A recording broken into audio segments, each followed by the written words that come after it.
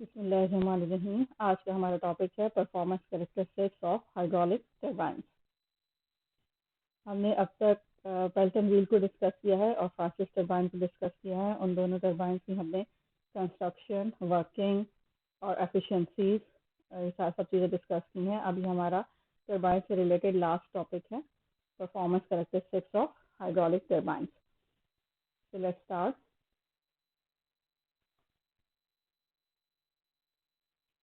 सबसे पहले हम डिफाइन करेंगे कि कैरेक्टरिस्टिक कर्व्स होते क्या हैं। कैरेक्टरिस्टिक कर्व्स को समझने के लिए पहले हमें ये पता होना ज़रूरी है कि जब भी हम कोई टरबाइन को डिज़ाइन करते हैं तो वो सर्टेन डिज़ाइन कंडीशंस के अगेंस्ट डिज़ाइन की जाती हैं। डिज़ाइन कंडीशंस से क्या मुराद है, मतलब जो डिफरेंट पैरामीटर्स होते हैं जैसे head, speed, discharge, power and efficiency वगैरह, उनकी सर्टेन स्पेसिफिक वैल्यूज़ होती हैं जिसके लिए एक टरबाइन को डिज़ाइन किया जाता है।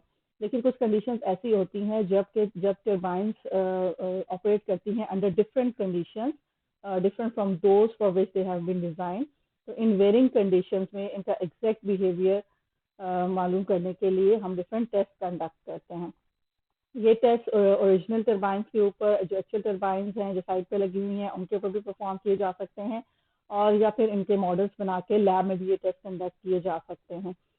ये टेस्ट जब हम कंडक्ट करते हैं डिफरेंट पैरामीटर्स को लेके, तो जो रिजल्ट ऑब्टेन होते हैं उन्हें हम ग्राफिकली रिप्रेजेंट करते हैं, और ये जो कर्व्स इस रिजल्ट से ऑब्टेन हो रहे हैं, जो जिसको हम कर्व्स की फॉर्म में रिप्रेजेंट कर रहे हैं, ग्राफ की फॉर्म में, इनको कैरेक्टरिस्टिक कर्व्स कहा जाता है।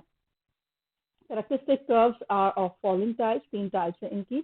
Number 1 main or constant head characteristic curve, number 2 operating or constant speed characteristic curve, and number 3 constant efficiency or iso efficiency or muschel curve.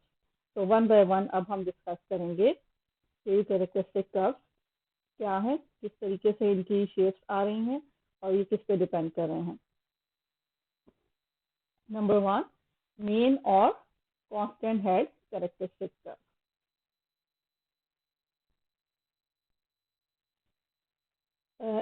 इस ये जो हमारा नंबर 1 है main or constant head characteristic curve, इसके अंदर जैसे नाम से पता चल रहा है, इसमें हेड जो है वो इसे हम कांस्टेंट रखेंगे और बाकी जो स्पीड है उसके अंदर वेरिएशन आएगी। तो head and gate opening are maintain constant and speed is varied. इस तरीके से वेरी होगी by allowing a variable quantity of water to flow through the inlet opening.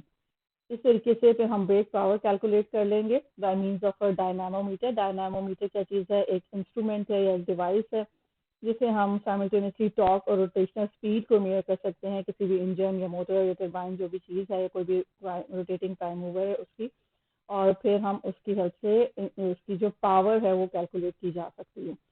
तो जब हम डायनामोमीटर से पावर कैलकुलेट कर लेंगे, स्पीड हम वेरी करा रहे हैं, हेड कांस्टेंट है, तो इसके बाद हम ओवरऑल एफिशिएंसी जो है वो कैलकुलेट कर लेंगे, जो फार्मूलाज हमने प्रीवियस सेक्शन में पढ़े हैं उनकी हेल्प से, और इसके बाद फिर हम इसको प्लॉट करेंगे।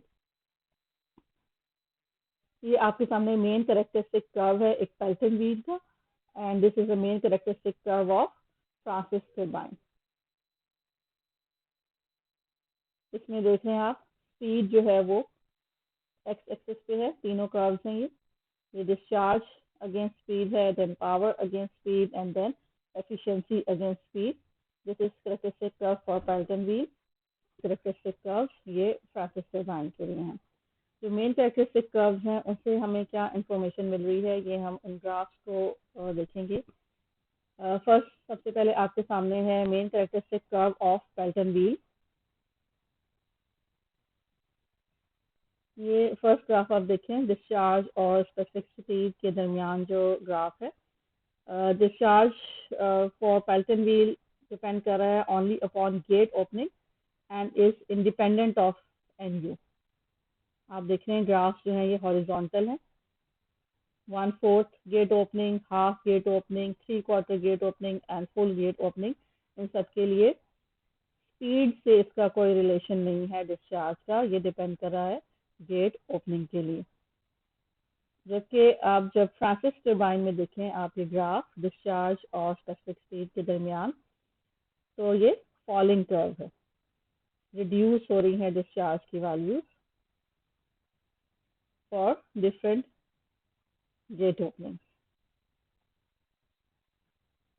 इस तरीके से अब जब आप पावर और एफिशिएंसी के ग्राफ्स देखें against NU for Pelton wheel and for Francis turbine, तो इसमें आप देखेंगे कि एफिशिएंसी की एक मैक्सिमम वैल्यू है एक सर्टेन स्पेसिफिक स्पीड के अगेंस्ट।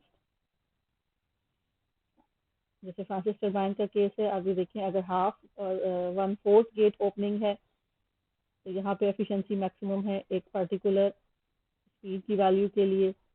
फुल गेट ओपनिंग है तो एफिशिएंसी, ये मैक्सिमम वैल्यू है एफिशिएंसी की for this value of specific speed, and same is the case for Pelton wheel. दोनों टरबाइंस की एफिशिएंसी कर्व में एक डिफरेंस आप अगर नोट करें तो वो ये है कि maximum efficiency of Pelton wheel usually occurs at same speed for all get openings. ये वैल्यू है, स्पीड की वैल्यू ये है, हर केस में आप देखें पीक यहीं पे आ रही है। तो सेम स्पेसिफिक स्पीड के लिए डिफरेंट गेट ओपनिंग हो रही हैं, बट स्पेसिफिक स्पीड की वैल्यू वही रहेगी जिसपे मैक्सिमम एफिशिएंसी आपको मिलेगी। ये केस है पेल्टन व्हील का, और ये स्पीड नॉर्मली कॉरस्पॉन्ड करती है स्पीड रेशो की वैल्यू जब होती है 0.45, जो हमने स्टार्ट में डिस्कस किया था जब हमने डिज़ाइन स्पेक्स पढ़े थे पेल्टन व्हील के। इस तरीके से जो फ्रांसिस टरबाइन है इसमें आप देखें तो maximum efficiency for reaction turbine usually occurs at different speeds for different gate openings. For example, 1/4 gate opening है तो स्पेसिफिक स्पीड की वैल्यू यहाँ पे आ रही है जब मैक्सिमम हो रही है। फुल गेट ओपनिंग है तो ये थोड़ी सी स्पेसिफिक स्पीड की वैल्यू आगे की तरफ मूव कर देगी। So these are main characteristic curves of Pelton wheel and Francis turbine. Number 2 is operating or constant speed characteristic curve. इसके अंदर अब हम स्पीड को कांस्टेंट रखेंगे। फर्स्ट जो हमारा कर्व था उसमें हमने हेड को कांस्टेंट रखा था, स्पीड को वेरी कराया था।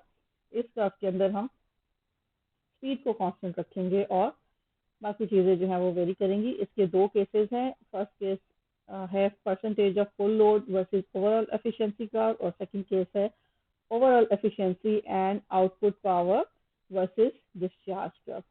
So first is percentage of full load versus overall efficiency curve. For each gate opening, speed is kept constant, and constant speed कैसे attain होगी कि आप रेगुलेट कर देंगे गेट ओपनिंग को, thereby varying the discharge flowing through the turbine as the load varies. Head इसमें constant हो भी सकता है और कांस्टेंट नहीं भी हो सकता। ब्रेक पावर जैसे पहले किया था आप डायनेमोमीटर की हेल्प से मेजर कर लेंगे, और ओवरऑल एफिशिएंसी आप कैलकुलेट कर लेंगे डिफरेंट फार्मूलाज की हेल्प से, जिसमें आप डिस्चार्ज हेड और पावर की इनपुट्स डालेंगे तो आप वहां से ओवरऑल एफिशिएंसी जो फार्मूलाज हमने प्रीवियस लेक्चर में पढ़े हैं उसकी हेल्प से कैलकुलेट कर लेंगे। Now further knowing the total load capacity of turbine, percentage of full load is computed from measured power and a plot of eta naught versus percentage of full load is prepared. इस तरीके का graph आपके सामने आ जाएगा। This is graph of percentage of full load versus eta naught curve for hydraulic turbines. आपको y axis पे efficiency नजर आ रही है इन परसेंट और x एक्सिस पे लोड है इन परसेंट। इस ग्राफ से आपको क्या क्लियर हो रहा है? As percentage full load increases, eta naught also increases. For example आप ये पेल्टन व्हील का सिर्फ अगर देख लें, ये डॉटेड लाइन ये पेल्टन के लिए है और ये सेकंड इज फॉर फ्रांसिस। आप देखें जैसे जैसे लोड इंक्रीज हो रहा है वैसे वैसे एफिशिएंसी की वैल्यू इंक्रीज हो रही है, या आप अदर वर्ड्स में कहें तो at reduce load efficiency is also less. Second चीज आपको इसमें क्या नजर आ रही है? At 100% full load eta naught is near about maximum efficiency in all cases. ये 100% लोड है। इसमें आप यहाँ पे देखिए कॉरेस्पॉन्डिंग ये ग्राफ, ऑलमोस्ट ये मैक्सिमम एफिशिएंसी कब हो रही है? जब लोड 100% होगा। चाहे वो फ्रांसिस टरबाइन का कर्व आप फॉलो कर रहे हैं या पेल्टन टरबाइन का कर्व फॉलो कर रहे हैं, दोनों केसेस में सेम रिजल्ट आ रहा है।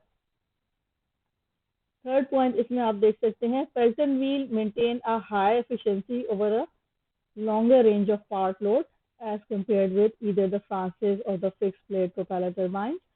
और लास्ट में आप देखेंगे कि maximum overall efficiency of all the turbines is almost about same value. ये आप यहाँ से ग्राफ लेकर देखें तो जो भी टर्बाइन है तो पैल्टन है या फ्रांसिस है, मैक्सिमम वैल्यू उनकी ऑलमोस्ट सेम है, 80 to 85% इस तरीके की वैल्यू है।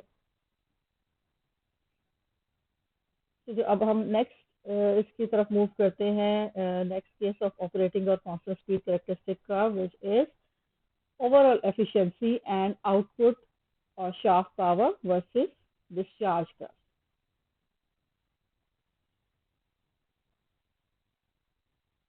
ग्राफ जो आप देख रहे हैं, एक्स एक्सिस पे डिस्चार्ज है और वाई एक्सिस पे ओवरऑल एफिशिएंसी है और शाफ्ट पावर है। दो ग्राफ्स बने हैं। This is for a graph of shaft power against discharge, and this pink line is for overall efficiency against discharge. Q minimum यहाँ पे आपको एक टर्म लिखी हुई नजर आ रही है। Q minimum क्या है? ये minimum discharge है which is required to set the turbine runner into motion from its state of rest. ये जो ग्राफ है इससे हमें क्या इंफॉर्मेशन ऑब्टेन हो रही है? Number one is that the shaft power और आउटपुट पावर भी जिसे कह सकते हैं वो स्ट्रेट लाइन है। क्या मतलब है कि पावर जो है वो प्रोपोर्शनल है डिस्चार्ज के। क्लियर? नेक्स्ट आप देखेंगे, और ये केस कब होगा? अगर हेड कांस्टेंट है और स्पीड कांस्टेंट है। ये यहाँ पे मेंशन है, हेड भी कांस्टेंट है और स्पीड भी कांस्टेंट है। सेकंड केस आप देखें कि ईटा नॉट वर्सेस डिस्चार्ज ग्राफ जो है वो कर्वी लीनियर है। ये this is a curvy linear graph, और ईटा नॉट इंक्रीज हो रहा है डिस्चार्ज के साथ and remains nearly constant beyond a particular value of discharge. First ये increase होगा, then ये normally constant हो जाएगा discharge की एक particular value के लिए। Now last is constant efficiency और iso efficiency और Marshall curves।